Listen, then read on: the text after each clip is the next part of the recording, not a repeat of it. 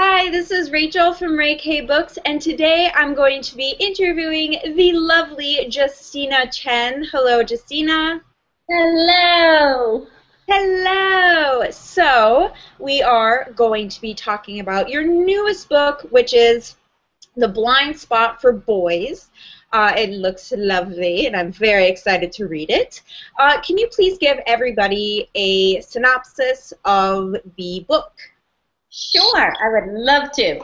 So, A Blind Spot for Boys is my fifth novel, and it is about, well, first of all, I should probably preface by saying that when one day I was having a conversation with my agent, and I happened to divulge that I went to 13 proms. He started laughing. He's like, okay, wait, is that even possible? And so he says to me, that is going to be your next novel. So I thought, okay, how fun would it be to write a book about a girl who's just popular with boys? And at the same time I was mulling over that story, my son came home from a 4-week trip to India, bringing home 324 bed bug bites. Oh, that is disgusting. Yes, it was. And 3 of them got infected with staph. And so he had like these big, huge Easter eggs on his jowls, like his cheeks and on the back of his neck. It was so disgusting. And I thought to myself, a girl who's popular with boys, maybe her dad is a pest control guy, so she starts using pest control techniques to keep the boys away from her. And so from that came A Blind Spot for Boys. That is quite an interesting story. Oh my Thank you. gosh. I I can't get know. over the bed bugs Oh, all yes. over. Ah!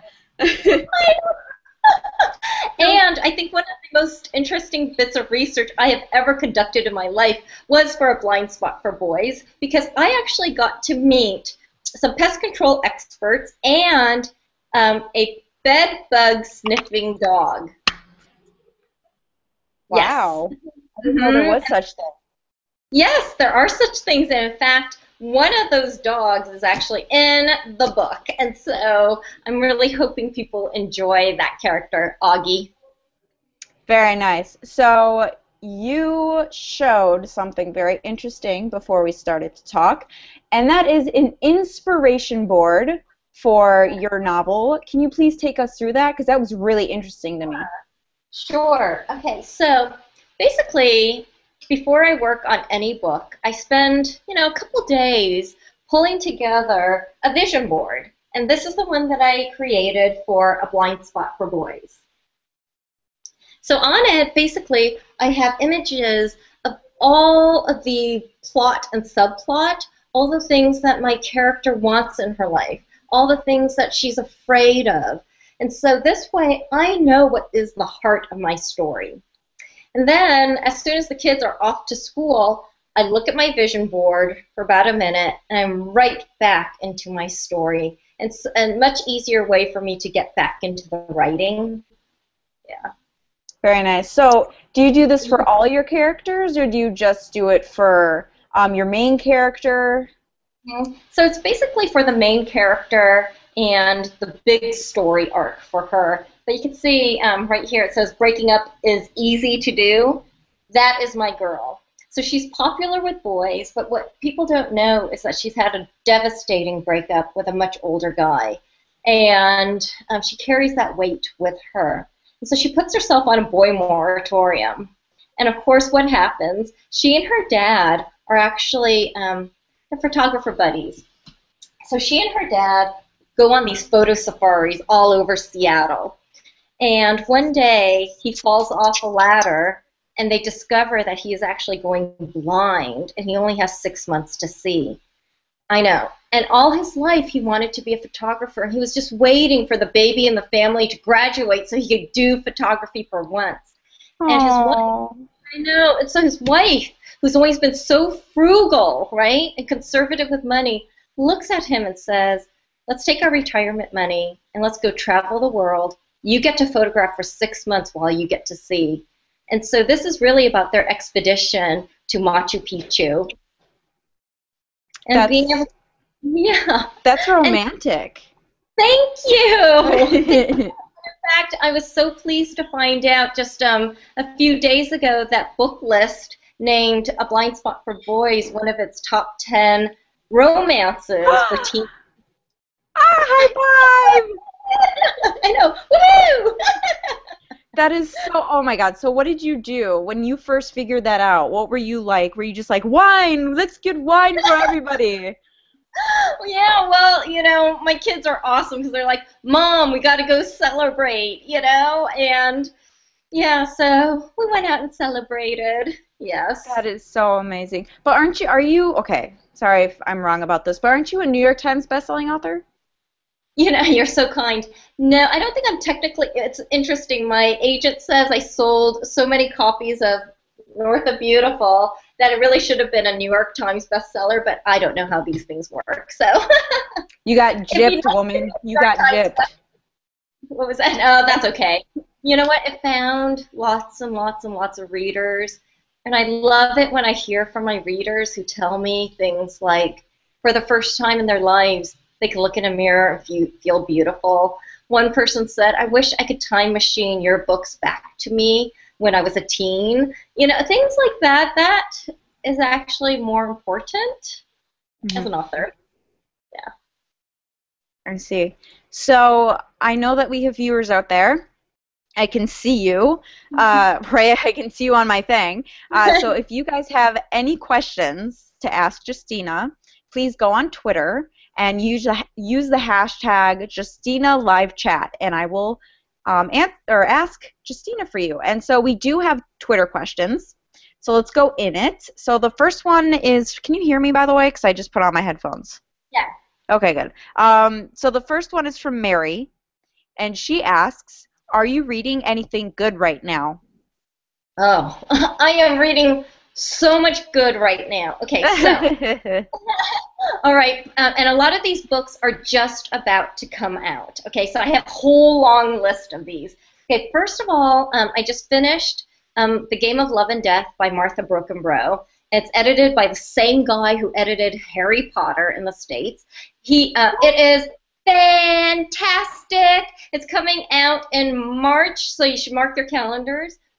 Hit by Lori Ann Grover is coming out in October, and she and I are going to be doing a Hit with Gratitude book tour, so watch for that as well. Oh my gosh, okay, Janet Lee Carey is this gorgeous fantasy author, and in fact, one reviewer actually called her our generation's J.R.R. Tolkien.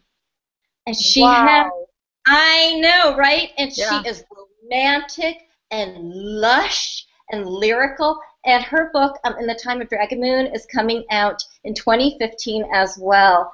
And I think that one is her best book yet.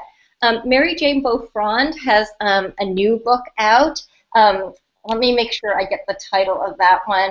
But that one, oh, you should see the cover. I don't know if she's revealed the cover yet, but it's called The Rise and Fall of the Gallivanters, historical fiction set in the 80s. And there's this guy with a huge mohawk on the cover. It is so cool. As well, I am dying to get my hands on. I'm hoping she is listening in. Melissa Walker. I need a copy of your book. Her next one is called Dust to Dust, and if you have not read her books, you really need to pick them up because she is fantastic. And then the other one that I'd love to tell people about that I was just in Chicago last week talking to a bunch of teachers and librarians who are actually quite worried about girls in abusive relationships. They are actually seeing more abusive relationships in their high school. Isn't that kind of startling? It is. So it is my mission now to tell everybody about Holly Kupala's book. It's called Tell Me a Secret, and it is about an abusive relationship. And any girl who finds herself in something like that, you should pick up this book. It will be your lifeline. You're reading a lot of stuff. Oh, a ton. Wow, okay. So we have another question, and that is, do you work with a writing group? I actually I was in a writing group. We called ourselves the Diviners. And when life got really busy for me, I realized it was really hard for me to go to a once-a-week writing group. So instead, my friend Janet Lee Carey and I trade manuscripts when we're done with big chunks of the manuscript, and we critique each other's work, and that has really worked well for me. And as well, my daughter, who is 15 years old, and she is an early reader for a ton of published authors. She is one of my finest readers. Oh my gosh, you would not. I know the number of books that are dedicated to her or acknowledge her in the notes. She's just so good. So if there are any published authors out there who want a beta reader, contact me. I can hook you up. Yeah, no kidding. So she's at the young adult age right now, and you're a young adult writer. So yeah. Does she like your books? Like, what's that about? Oh, she is so sweet, and yes, she does. And it was so cute. We were driving around the other day, and she looked at me, and she's like, "You know what, Mom? Sometimes I forget that you're a writer, and then somebody will come up to me and just say, 'I love your mom's books,'" and then she's like, and then it's like so cool, yeah. But my 18-year-old son is actually reading right now A Blind Spot for Boys. I caught him reading it. Ooh. It's very pink. The book is very So, does she get lucky enough to meet her favorite authors? Yes, yes, she does. Occasionally, and then when they come into town, yeah, she gets to see them. Okay, on her list now of authors that she wants to work with, Shannon Hale. Hello, Shannon Hale. My daughter wants to be an early reader for you. Very nice. Okay, so we have another question, and this is from Melissa Walker, and she asks, well, there's a lot of questions actually, so let's just kind of go into one, and that is, what is the writing process like for this novel? And kind of like, is this an outline type book? Like, what went into this? What did you do to get this book created? Okay, so for me, I can't start writing a book until I really hear the protagonist. So it's all about voice for me. So there's that's one element. And the second is I can't really start writing the book until I know how it ends, because I am a building to that moment writer. But then this one in particular was really organic. I mean, it was so weird, Rachel. I cannot even tell you how when I would be stuck, I'd sit down and somebody would talk to me and unstick my book for me just through a chance conversation. Yeah. Crazy thing. Oh, yeah. For instance, there I was at Starbucks. I'm typing away. You know, I've got my 2 hours to write before I have to pick up my kids. So I'm like, I am deep in my book. And this little old lady sits down next to me, and she starts talking. Blah, blah, blah, blah, blah, blah. And I'm like, I am working. I'm typing away. So often I nod, you know, and smile pleasantly back. And then she spills her coffee and ruins her bagel. And so I thought, okay, Lord, you know, there's a reason why we are here together. Yeah. So I go and get her a new coffee. I get a new bagel for her. I set it down, and I just talk to her. And so she tells me a story that actually really impacted the book. And she told me that about true love, her thoughts about true love, right? And I was just like, well, I'm writing a book about love. And so she said that she had just buried her husband of like not too long ago, maybe 2 years ago. And he was very, very, very ill, and he was in hospice at the end of his life, and he did not want to die in hospice care. He wanted to go home. So his son packed him up and brought him home to her. She was the second wife. And she said she was just so happy to have him home, and he was happy to be home. And so moments before he died, she leaned down to kiss him, and he French kissed her. Yes! He was sexy all the way to the end. And I was just like, oh my gosh, that has to go in a book. And I thought to myself, that goes into this book. And it is a pivotal moment in my girl's life because that's the type of relationship you want, right? Right. Something Oh, yeah. warm and loving and supportive, and that is sexy to the end. Do we love that? I love that. That's so sweet, too. I mean, I love it. And then, so Mhm. you did put it in the book. Did you tell Yeah, her that you were going to put it in the I book? can't find her, so I've been lurking in that same Starbucks for months now, trying to find her. So as soon as I do, I'm going to give her a big smoocheroo, not a French kiss, but a big smoocheroo, and Let's give hope her the not a book French. signed. Yes. Very nice. And Yeah. so we have another question. I'm gonna change this question a little bit. So, what is a genre? Oh, this is asked by Lori. What is a genre that you want to write in next, and what's a genre that you will never write in at all? Oh gosh. Okay, let's answer the last part first. Okay. I will never write horror. Okay, I'm the type of person who, if I read a scary book, all lights are on in the house. I've been known to take that scary book and put it in the freezer so none of the characters can come out at night. I know, What? crazy, right? Yes, it's crazy, but I cannot read horror. It freaks my mind out too much. Okay, but other than that, and probably a Western, I don't know if I'd ever write a cowboy book, but, I could definitely see writing adult. I could see dabbling in fantasy. I could definitely see writing dystopian. But for now, my heart is in contemporary realistic for YA. And that's probably where I'll live for the next book or two. We have a Twitter, it's not a question, but it's a comment by Holly, and she said, "What a great story." I'm guessing from the... Oh, it's sexy to the end. Yes, sexy to the end.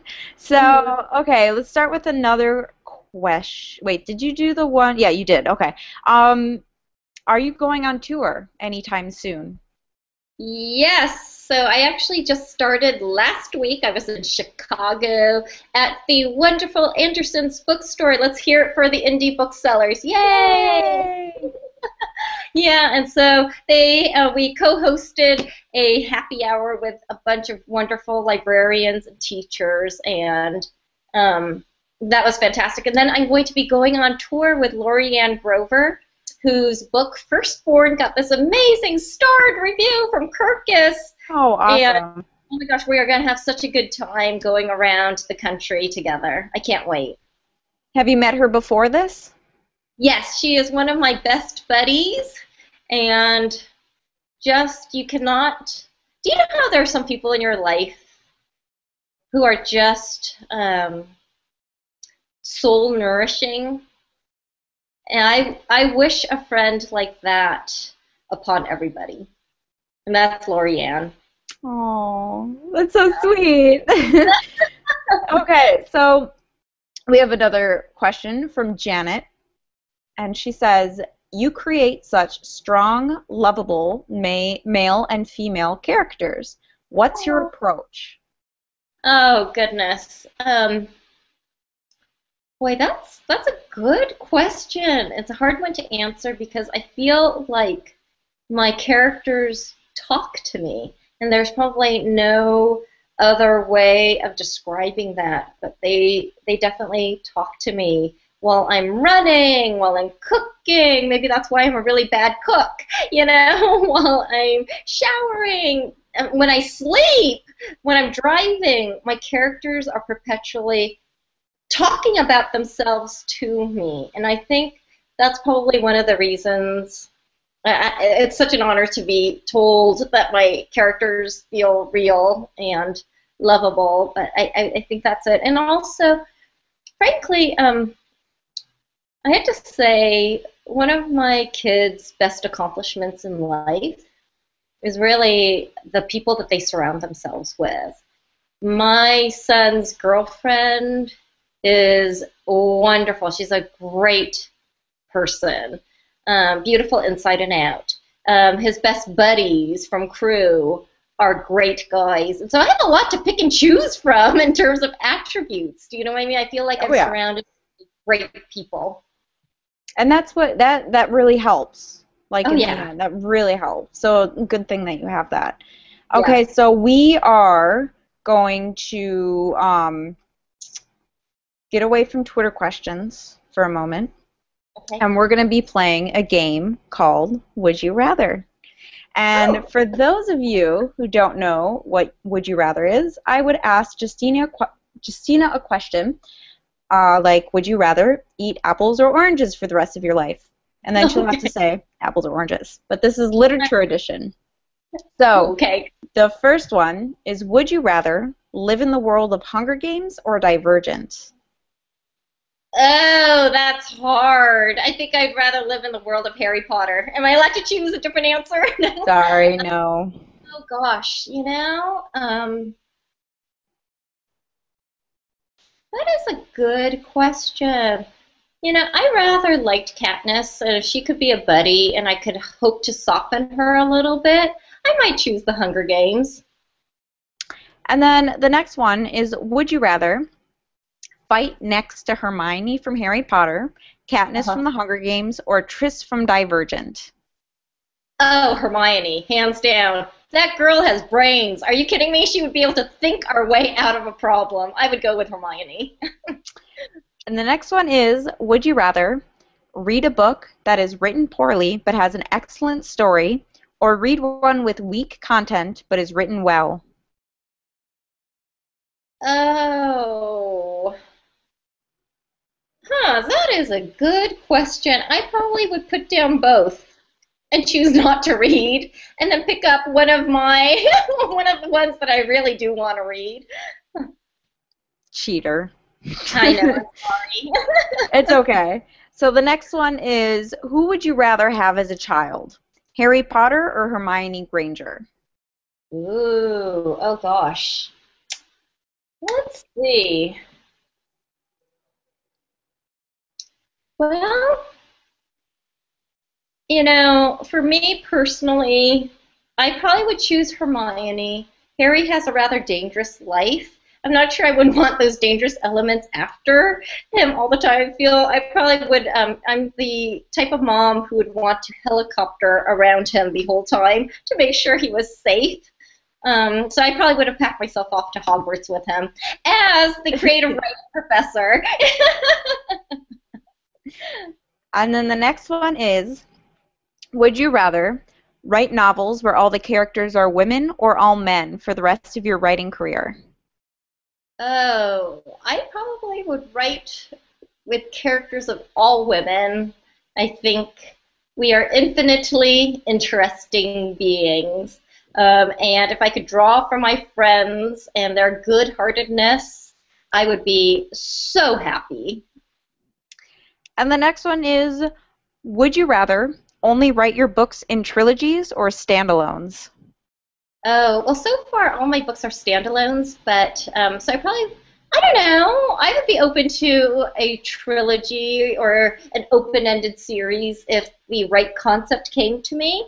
And so the one that I'm working on right now that's still a secret project actually may be a series, and I'm very excited about that. Ooh. But So, would you rather write a book without using conjunctions or have every sentence of your book begin with one? oh, I would probably begin every single line with a conjunction. Would you rather write a plot twist you hated or write a character you hated? Oh, a plot twist. I'm sorry, what was the question? Would you rather write a plot twist you hated or write a character you hated? Oh, that's hard. That's very, very hard. Um, Maybe it would have to be a plot I hated, because you know what? I have to love the character. If I don't love the character, it's very hard for me to invest a year to a year and a half of my life with someone I just don't like. So, plot I hated. Would you rather a super successful movie be made from one of your books or a long-lasting television series? Oh, I think it'd have to be a long-lasting television series, actually. Now that I have, frankly, I binge watch now. I have binge watched Orphan Black. I have binge watched Covert Affairs and Scandal. It is the way to watch TV. And so if I could have people live in my world that's up here in my head for hours and hours and hours and hours, that's the way to do it. Oh, yeah. Go big or go home. Yes. All right. And then the last one is, would you rather critics rip your book apart publicly or never talk about it at all? Oh, I'd rather them not talk about it at all. Yeah. And that concludes our Would You Rather. Congratulations. Yay! Okay, so we'll go back to Twitter questions now. For those of you who are watching, because now there are more of you that are watching, I can see you. If you have any questions for Justina, please go onto Twitter and tweet your questions with the hashtag JustinaLiveChat, and then she'll answer them. So the next question is from Janet, and she asks, do you work on novels when you travel or take a break? Oh, gosh. Typically, I work all the time. I'm writing all the time, and I remember I took my kids. We were lucky to go to the Galapagos Island. So there we are on the boat that is definitely rocking up and down. It is definitely sickness-inducing rocking. But I had a deadline, and my editor was expecting a revision. So there I was at 4:30 in the morning, pitch black, stumbling over to a place where I could work. And finishing my novel that way. That's horrible. Oh my gosh, I know. But it was done, but it got done, and so I was very happy about that. But you know what? I am starting to really believe that vacations have to be vacation time. I think it's really important for anyone who is creative, meaning all of us, to let our creative muse fill up. And that's what vacation time truly is for. Refilling our creative well that gets emptied out by day-to-day hassles and deadlines for other work and unexpected life happenings. Like right now downstairs, there's a mini flood in my basement, and so I had the insurance guys over, today. They're trumping up and down. Fans are blowing downstairs. It is a mess, and that really takes a toll on your creative spirit, let me tell you. Right? Yeah, that's horrible. Yeah, but then you know what? A restorative run, time with girlfriends, a great hike. Those are all ways that you just refuel. Very true. And then the last Twitter question I have right now is from Holly, and she asks, what books would be on Blind Spot for Boys character Shauna's shelf? Oh, okay. That's a good one. Okay, all of the novels that I listed before, which are all coming out, okay, so she would probably have to wait a little while before she saw those books on the shelves. But in addition to those books, let's see, she is I think she would love the Eleanor and Park book would be on her shelf. I think since she loves travel and learning about different cultures because she wants to be a photographer and her dream is really to be like a National Geographic photographer, she would definitely have Annie Griffith's books on her shelves. Annie Griffiths she was the first female photographer for National Geographic, and she very kindly allowed me to spend a couple hours with her asking her question after question after question. And so she's written a couple different coffee table books that feature her photography. So those would definitely be on Shanna's shelf. As well, I think books by Matali Perkins would be on her shelf too, because you know what? She would want to go to India and Bangladesh, and she would want to know about those cultures. Very nice. And then that's all the Twitter questions right now. So now we're going to play another game. And this game is called Marry, Kiss, or Cliff. So for those of you who don't know this game, I'm going to say three characters, And then Justina has to pick which character she wants to marry, which one she wants to kiss, and which one she wants to push off a cliff. Okay, So, love it. yes, so the first one is, would you marry, kiss, or cliff? Edward, Jacob, or Bella from the Twilight series? Oh, let's see. All right, Stephanie Meyer, I am very sorry to say I I would probably cliff Bella. No, maybe I would cliff Edward. I would kiss Bella on the cheek, but I probably would want to marry Jacob. The second He has one, what? He has a heartbeat, people. That's very true. That's very true. You know, if you push Edward off the cliff, he might actually survive. Yeah, he would totally survive. You're right. Yeah. Still, Yeah. it's the thought that counts. So the second one is Harry, Ron, or Malfoy from Harry Potter. Okay. Malfoy, even though at the end he tried to redeem himself, I might push him off the cliff. I might kiss Ron, but I probably would marry Harry. And then the third one is Peeta, Katniss, or Gale from the Hunger Games. Oh, Peeta, Katniss, or Gale. Oh.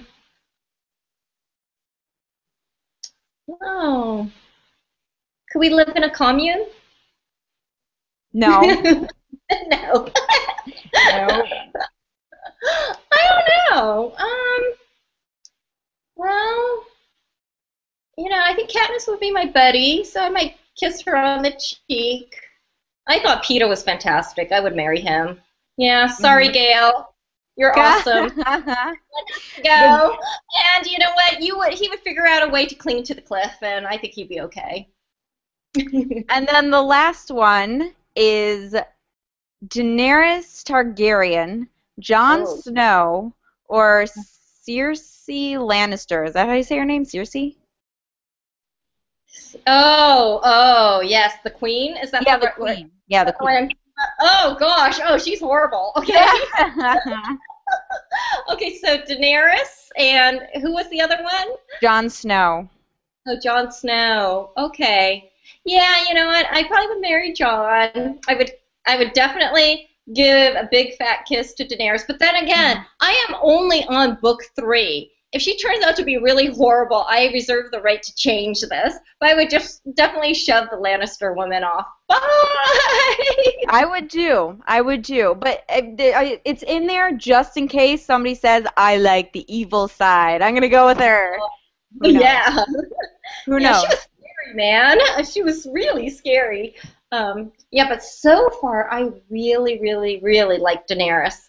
But again, I'm not done. And so if she turns out to be really horrible, we reserve the right. Are you watching the TV show? Not until I'm done with the books. That's fair. Okay. Yeah. I promised my son's friends that when they come back from college for Christmas break, we are so binge watching Game of Thrones together. You will at points cry, so just beware of that.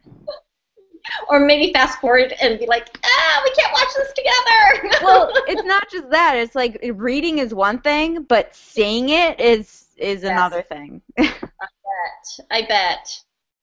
Okay, so that concludes our chat, and now I'm going to be talking about the giveaway. So Justina here is an amazing, amazing person, and she's going to give away 2 of her books, Blind Spot for Boys and Return to Me. This is going to be USA and Canada only. And what you have to do is this live chat is going to become a YouTube video. So once it becomes a YouTube video, I'd like you to comment on that video.